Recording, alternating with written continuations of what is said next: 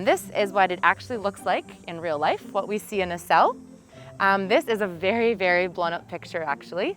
So an egg is about a quarter of the size of a grain of rice. So it's really, really tiny inside of a cell, and it can take a lot of practice to see. That egg is attached to the back of a cell by a small mucus string that kind of holds them in place. On the third day, they hatch out of their egg and turn into a larva and just kind of work their way eating what the workers are feeding them. So this is a representation of an egg and a larva as well. The larva will get larger and eventually capped off. So once they start to spin a small cocoon, the workers will cap them off to give them full darkness to finish their development. This is what it looks like for female workers. You can see here, this is still a pretty blown up photo. The cells are actually quite a bit smaller. And you can kind of see the difference between a large larva and a capped off worker cell. When wax first comes out of a female worker's body, it's very white, almost clear, it's so white. And then as it gets used, it changes color quite a bit. So when the brood is in their pupa stage and they're spinning cocoons, it actually leaves a dark residue along with a pheromone.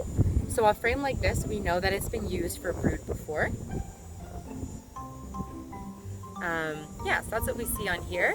This is a frame that I moved up probably in the last visit that had brood on it.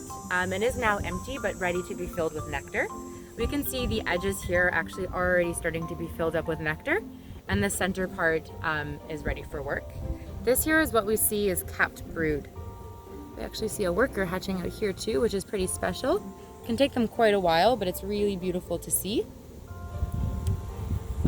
So yeah, this is capped brood. And then in the center, it's a little bit harder to see, but we can see really young larvae and quite a bit of just like little drops of royal jelly. So sometimes on a darker frame, it can be quite hard to see eggs or really young larvae. So it helps to look for that shine of the royal jelly or a little bit of like a white substance. Can you see it there? It's mostly in this section here is the larva, and then here is all eggs.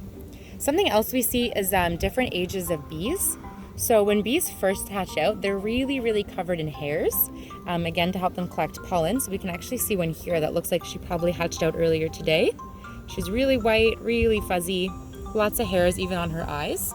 But as bees get older, because they're always rubbing against each other and moving amongst frames and flying through the air, they lose some of their hair. The difference between a female worker bee and a drone bee. So we can see him quite a bit larger, which it makes a lot of sense as to why he needs a bigger cell. He's kind of bumbling around, a little bit goofy looking. He has significantly larger eyes, and that's because he does have to find queens flying around really high up in the sky. There in this corner is one of the most beautiful things to see, and that is capped honey. So we know it's fresh from this year because of how light the capping is. Of course, when bees are covered in pollen, if they walk over wax when they're covered in that yellow or darker pollen, they'll kind of leave a stained residue as well. So this we know is from this spring. So basically, nectar is a carbohydrate for bees that's often eaten by only the older bees, so adult bees or bees that have already hatched out. Pollen is often reserved for winter bees who need a higher protein diet to survive longer, or for the young brood. We can actually see is a combination of fresh new wax and a little bit of a darker honey. So that last frame was really light and golden. This honey is a little bit darker. That is because flowers will produce different colors of nectar and pollen just depending on the type of flower it is. And that will be reflected in the honey in both flavor, color, consistency, how fast it crystallizes. But it's pretty amazing. So this is exactly what we look for. Very, very little bit of the wax capping, as little as possible. And then we drop them into a centrifuge where they then spin around quite a bit for about 15 minutes, and that will get all of the honey out, where it then gets jarred and labeled. The town of Whitby actually likes to give their honey away. They have a really pretty yellow label, and it gets given away at different events. So we'll see what it gets used for this year.